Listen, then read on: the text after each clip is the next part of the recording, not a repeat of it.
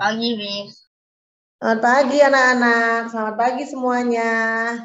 Pagi. Selamat pagi anak-anak. Kita ketemu lagi ya. Nah anak-anak, saya Ibu Tini yakin kita semua di dalam keadaan yang sehat ya. Kita akan berdoa sebelum mendengarkan firman Tuhan. Mari anak-anak, kita akan berdoa bersama-sama ya. Mari kita berdoa. Tuhan Yesus yang baik, terima kasih hari ini kami semuanya di dalam lindungan Tuhan, dalam kasih sayang Tuhan. Sebentar kami mau belajar firman, biarlah firman Tuhan menolong kami. Terima kasih Bapa yang baik, terpujilah namamu, dalam nama Tuhan Yesus kami berdoa, haleluya, amin. Nah anak-anak, selamat ya, kemarin anak-anak sudah ikutan lomba di acara open house ya. Selamat buat anak-anak semua yang karyanya tuh bagus-bagus banget ya. Luar biasa banget. Ibu kemarin lihat, waduh banyak dijejer-jejerin tuh banyak banget. Nah anak-anak, kemarin kan saya sudah ceritain tentang, Miss Tini tuh udah cerita tentang akulah dan menurut yang ditulis dalam kitab Yohanes. Ya. Nah sekarang Miss Tini mau kita belajar peristiwa-peristiwa yang ada di dalam Injil Matius, anak-anak. Ya, jadi kita belajarnya dari Matius nih sekarang. Matius itu ada 28 pasal. Tapi Miss Tini akan mulainya bukan dari pasal 1. Karena pasal 1 itu cerita tentang Tuhan Yesus, kelahiran Tuhan Yesus, anak-anak. Miss Tini mau ceritanya mulai dari Tuhan Yesus melayani ya. Jadi anak-anak nih ya, kita akan belajar mulai dari Matius pasal yang keempat, anak-anak. Apa yang terjadi sebelum Tuhan Yesus melakukan banyak mujizat? Nanti kita dengerin tuh mujizat-mujizat apa saja yang ditulis di dalam Injil Matius, anak-anak. Nah, sekarang kita mau dengerin dulu nih cerita atau kisah sebelum Tuhan Yesus melakukan satu pun mujizat. Jadi sebelum Tuhan Yesus melakukan mujizat, sebelum Tuhan Yesus mengajar, Tuhan Yesus ini melakukan apa, anak-anak? Nah, di sini mau cerita ya. Di dalam Yohanes pasal 4 ini, anak-anak ya, Tuhan Yesus itu setelah dia dibaptis, jadi Tuhan Yesus juga dibaptis, bukan karena Tuhan Yesus berdosa, anak-anak. Tuhan Yesus mau kasih teladan, contoh bahwa setiap orang yang percaya itu harus dibaptis, gitu ya. Nah, Bu Tini nggak akan ceritain soal dibaptisnya.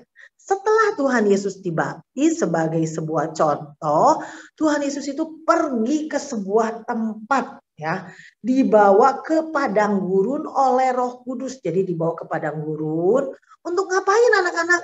Ternyata di sana Tuhan Yesus berpuasa selama 40 hari, 40 malam berpuasa. Berpuasa itu tidak makan, anak-anak ya.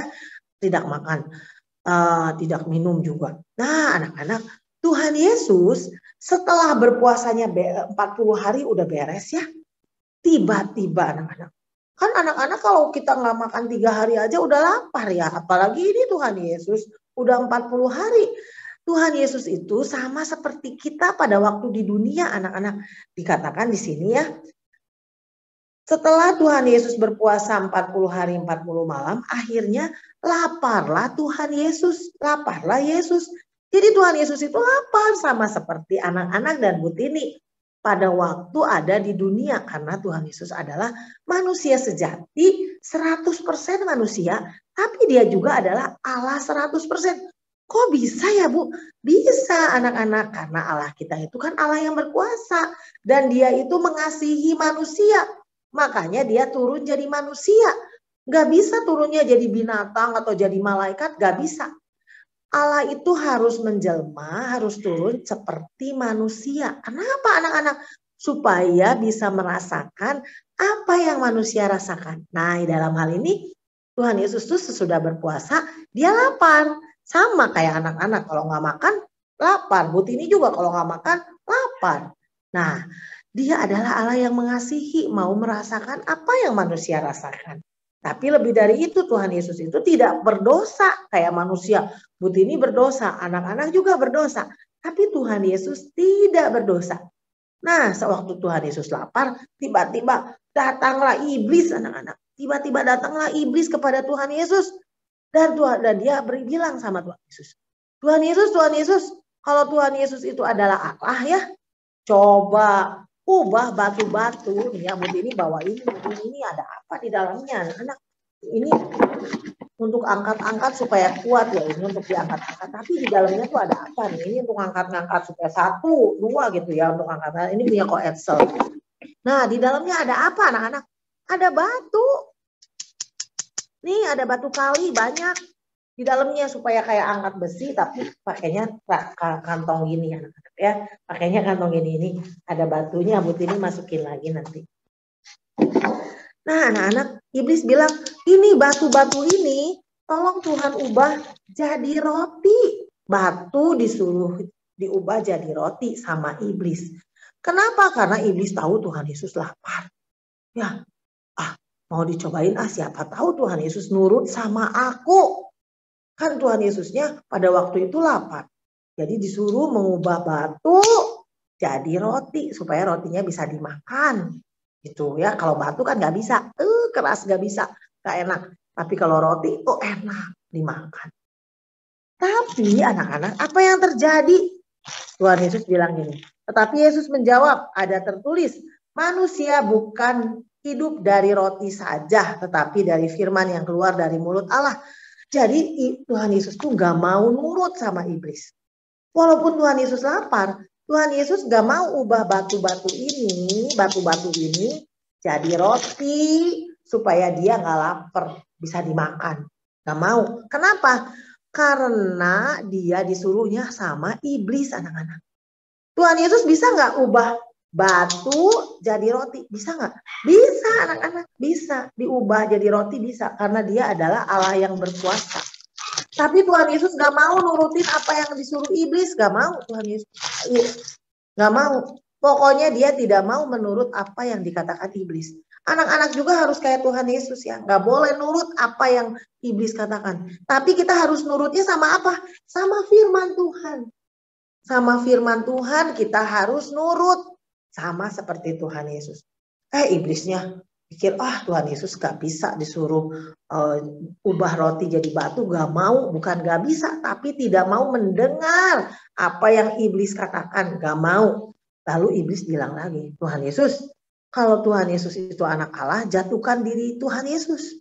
Tuhan Yesusnya dibawa ke tempat yang tinggi, disuruh jatuhin. Terus dibilang gini, nanti malaikat-malaikat Tuhan itu akan menolong, menatang. Jadi kalau Tuhan Yesusnya jatuh nih ya, misalnya Tuhan Yesusnya jatuh, ada tangan malaikat Tuhan yang jagain sehingga enggak jatuh ke tanah dan bisa selamat. Kata iblis begitu. Tapi Tuhan Yesus gak mau. Gak mau ngedengerin iblis. Bisa gak anak-anak Tuhan Yesus jatuh tapi gak mati? Bisa, karena dia adalah Allah. Anak-anak, alam semesta ini adalah ciptaannya. Tapi Tuhan Yesus tidak mau menuruti apa yang iblis katakan. Anak-anak juga harus kayak gitu ya. Kalau kata temennya, kita nyontek yuk, kita nyontek. Jangan anak-anak. Ya jangan melakukan dosa-dosa. Tapi kita harus dengerinnya firman Tuhan. Sama seperti Tuhan Yesus. Tuhan Yesus jawabnya apa? Ada pula tertulis, jangan engkau mencobai Tuhan Allahmu. Tidak boleh mencobai Tuhan Allah. Ya jangan mencobai Tuhan Allahmu katanya. Tuhan Yesus menjawabnya pakai apa anak-anak? Pakai firman. Nah lalu iblis tuh nggak hilang akal. Anak-anak ya, iblis itu ya pengen sekali kita semua tuh jatuh dalam dosa. Anak-anak tambah berdosa, Butini tambah berdosa. Iblis senang. Iblis bilang bagus ya kalau kita senang melakukan dosa. Nah terus iblis tuh bawa Tuhan Yesus ke sebuah tempat yang tinggi. Lalu dia bilang, kalau kamu semua ini akan kuberikan kepadamu jika engkau sujud menyembah aku. Tapi kata Tuhan Yesus kepadanya, nyala iblis, seperti ada tertulis, engkau harus menyembah Tuhan Allahmu. Ya, jadi anak-anak, iblis itu bawa Tuhan Yesus ke tempat yang tinggi. Terus dia bilang, nanti bumi ini, dunia ini dengan segala kekayaannya, semua dunia ini akan diberikan kepada Tuhan Yesus. Iblis itu berbohong anak-anak. Memang siapa yang punya dunia ini? Allah, anak-anak. Siapa yang punya dunia ini dengan semuanya, dengan yang punya anak-anak, punya ibu tini? Siapa yang punya? Tuhan Yesus, karena dia adalah Allah yang menciptakan dunia ini. Jadi iblis itu menipu anak-anak. Ya, jadi jangan lupa anak-anak, kita jangan suka dengerin kata-kata yang buruk. Misalnya ada orang yang bilang, ih kamu mah bodoh, ih kamu mah jelek. Jangan didengerin. Jangan didengerin anak-anak. Yang memiliki kita adalah Tuhan Yesus. Tadi Tuhan Yesus bilang apa? Enyahlah, kamu itu harus terus menyembah Tuhan Allah. Jadi anak-anaknya, Tuhan Yesus itu mengasihi dunia ini karena yang punya dunia ininya Tuhan Yesus, bukan iblis. Iblis itu bohong. Dia bilang, sok kalau sembah saya dunianya dikasihin. Padahal yang punya dunia ini adalah Tuhan Yesus. Di Yohanes 3 ayat 16, anak-anak tahu kan ya? Karena begitu besar kasih Allah akan dunia ini, sehingga dia mengaruniakan anaknya yang tunggal. Supaya setiap orang yang percaya kepadanya tidak binasa, melainkan beroleh hidup yang kekal anak-anak. Ya, jadi Tuhan Allah yang punya dunia ini. Tuhan Allah yang punya kalian dan Butini. Makanya Tuhan Allah itu datang ke dunia untuk menyelamatkan kita.